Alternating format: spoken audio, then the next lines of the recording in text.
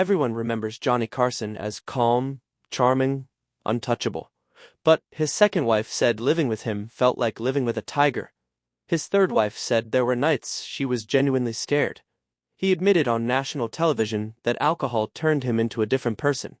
And on his show, he kept a hidden list of people who were never allowed back. Some were banned for disrespect, some for betrayal.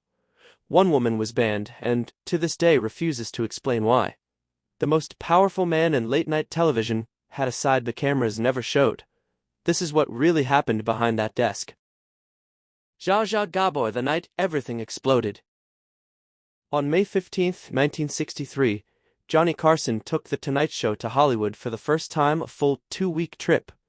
That night, the guest list looked unreal. Marlon Brando, Zsa Zsa Gabor, Howard Duff, Ida Lupino, and Alan Sherman. It should have been an easy win, but instead, it became one of the most talked-about clashes of Carson's early years. Bill Zemm's landmark biography Carson, recently reissued in a 2025 expanded edition, paints a picture that feels like you are watching the room tighten in real time. Brando walked out looking visibly drunk and sat beside Gabor. She was in a bright mood because she was pushing her new face cream, a product line that, interestingly, has seen a resurgence in 2026 as vintage Hollywood beauty trends go viral on TikTok. At first, it seemed harmless. Brando even played along, calling her fascinating and charming. Still, the calm did not last. Gabor kept cutting him off, and every conversation somehow swung back to the benefits of her beauty product. It did not matter what was asked. She kept steering it right back. Then Brando told a weak knock-knock joke. The audience gave him polite applause, the kind you give because you like the person more than the punchline. That is when Gabor snapped. She said, only for Marlon Brando would they applaud for that. It was sharp and landed right on his pride. Brando's patience broke. He shot back. Are we going to have to sit here all night and listen to your crappy plugs? In an instant, the tone changed. Carson was stuck between two massive personalities, both used to winning, both refusing to bend. Accounts say the insults kept coming fast. One version even claims Brando leaned toward Carson and slurred something obscene about Gabor. Whatever the exact wording, the heat was real enough that the segment could not hold together. Gabor finally got up and stormed off the set. Brando stayed in his chair with a sly smile, like he had already decided he would not be the one to move. That moment became the most documented confrontation involving a female guest on Carson's show. It also captured what made Gabor both irresistible and exhausting. She was the early model of a celebrity famous, mostly for being famous. People knew her for 9 marriages, for calling everyone darling, and for never missing a chance to sell herself. Even after that night, she kept coming back through the 1960s. Carson never banned her, and that tells you something. He could be annoyed, but he also knew when someone still made the room light up. What makes the Gabor story even stranger is that the version most people swear they remember is not real. The famous tale about an actress with a cat on her lap, tossing out a crude double meaning with Carson, replying with a killer one-liner, has been rated false by Snopes. Carson and Gabor both denied it. When Jane Fonda brought it up during a 1989 appearance, Carson made his shocked face and said, "No, I think I would recall that." The show was also pre-taped, meaning NBC standards would have cut anything like that. Still, myths have their own stubborn life. Raquel Welch, the rumor that won't die. That same legend helps explain why Raquel Welch keeps getting pulled into the rudest guest talk, even though the evidence does not match. Welch had a fierce reputation on film sets. She feuded with Mae West, Faye Dunaway, and Burt Reynolds, and was fired from Cannery Row in 1980. But when it comes to Carson's couch, the trail goes quiet. Welch appeared on Carson's show multiple times over 2 decades, including 1968, 1974, 1980, and 1988. The available footage shows a friendly, flirtatious rhythm, not a hostile one. In 1968, Carson joked about her white dress, saying, "You look like you're entered in the cheer whiteness test." She laughed warmly. They also talked about the weight of being labeled a sex symbol. Welch surprised people by being direct.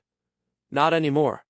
I used to get a little bit perturbed because it seemed to be a stereotyped idea. Vapid, not too bright, not much ability. That is not the voice of someone trying to bulldoze the host. When Barbara Walters asked about her difficult reputation in 1985, Welch did not soften it. I'm very much a perfectionist and quite demanding, but I'm worth it. The key detail: Welch does not show up on Carson's recently revealed ban list of more than 30 names. She kept getting invited back through 1988. The idea that she was rude on the show looks a lot like public assumption winning over what actually happened. Joan Rivers: the betrayal that broke Carson. If you want a story that truly sits at the center of Carson's long grudges, it is not about a guest being sharp on air. It is about Joan Rivers, and it is about what Carson saw as betrayal. Her crime was not a rude line on the couch. It was a move made off camera, the kind that changes careers and friendships forever. Rivers' Tonight Show story began on February 17, 1965. She had been auditioned and rejected 7 times over 3 years by different bookers. Then, a strange opening appeared. Bill Cosby was guest hosting, the booked comedian bombed, and Cosby told the booking producer, "Joan Rivers could not be any worse than this guy, so why not use her?" Rivers was not brought on as a stand-up that night. She sat next to Carson as a funny girl writer, and she hit the moment so well that Carson gave her a line that would follow her for decades. "God, you're funny. You're going to be a star." From there, she became his protégé. Over the next 2 decades, she made about 185 appearances. In August 1983, Carson named her his first permanent guest host, the first woman to hold that role. She turned down other network offers out of loyalty. On screen, they looked warm, easy, almost like family, but off-camera, they were barely close. Rivers wrote that when the red light went off, they had nothing to say beyond polite lines like, "How's Edgar?" and "Gee, doesn't the band sound great tonight?" After she moved to California, they saw each other socially only 4 times. The bond was real in one way and thin in another. That is exactly the kind of relationship that cracks the hardest. The break came in spring 1986.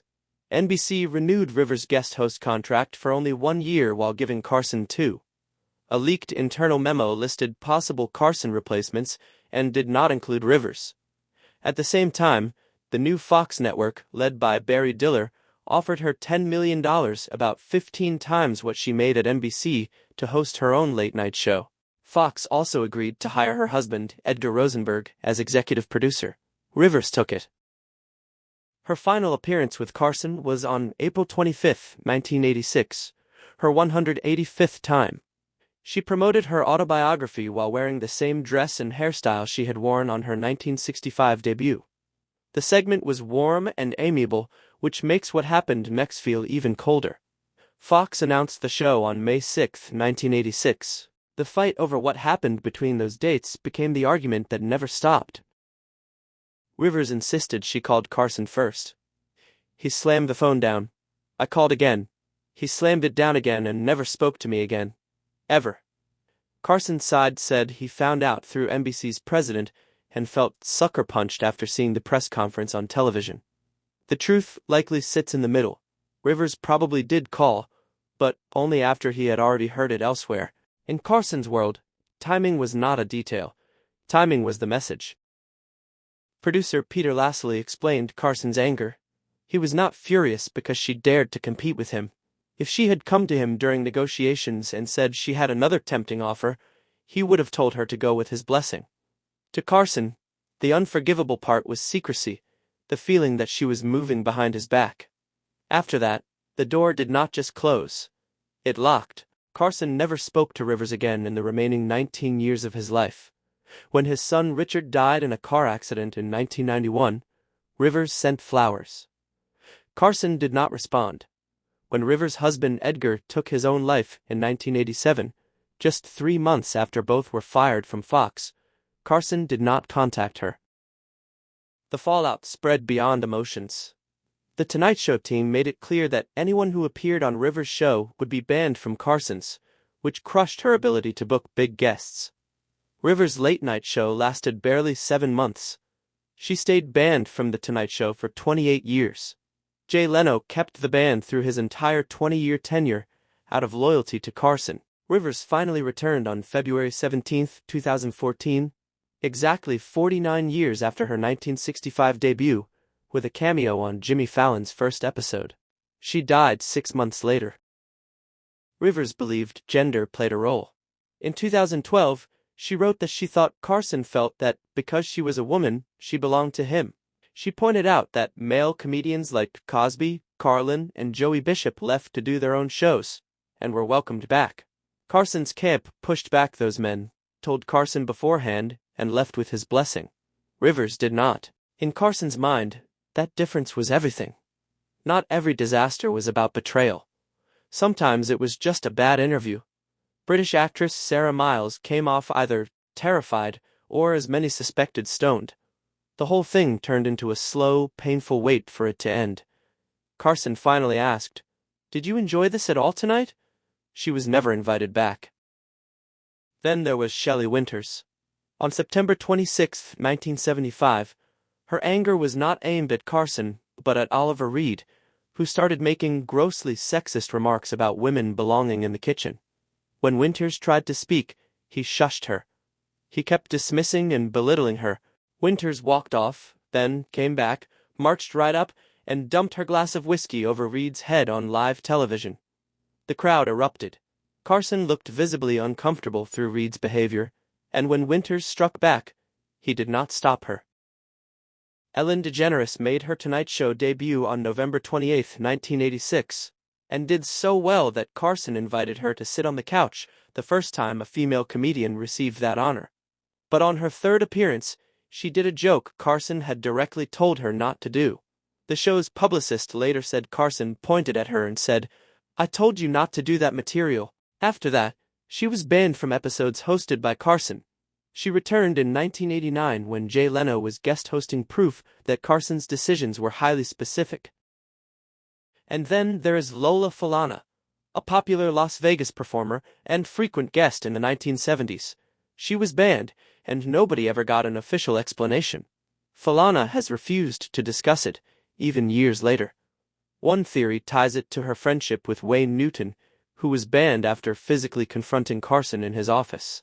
But even people who repeat that theory admit it feels weak. Falana's ban stays in that shadowy category where everyone has a guess and nobody has the real answer. The rules and the man behind the desk. To understand why any of this happened, you have to understand Carson. Born in Corning, Iowa, and raised in Norfolk, Nebraska, he carried Midwestern sensibilities like a strict rule book. Orson Welles once called him the cream of middle-class elegance. Carson could be warm, but he could also be rigid. He had a code. Rule 1. Respect the crew. Disrespecting the staff was the fastest way to become an enemy. Jerry Lewis was banned in 1975 after verbally abusing a crew member.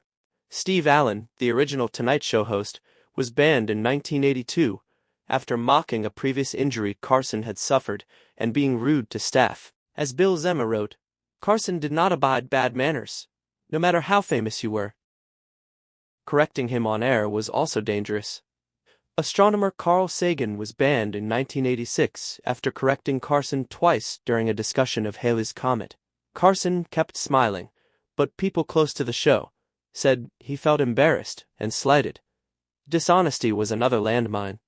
Orson Welles was banned after using audience plants in a magic trick. Carson was furious, not because the trick went wrong, but because it was cheating. Some guests broke multiple rules at once. William Shatner is often cited as the perfect example. In a 1983 appearance, he spoke monotonously for 4 minutes without letting Carson get a word in, turned his back on Carson to talk to Buddy Hackett, and then mentioned that his show T.J. Hooker aired on ABC, saying a competing network's name out loud was a line you did not cross. Shatner crossed it anyway. Producer Peter LaSalle told Zemi the ban list contained over 30 names.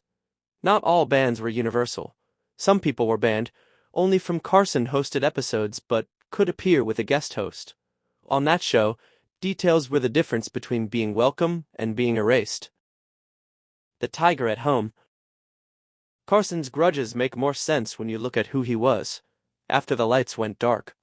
On camera, he looked calm, even gentle. But the people closest to him said there was another side. His second wife, Joanne Copeland, said it felt like being married to two different men. As soon as the cameras stopped, he changed. She described him like a tiger.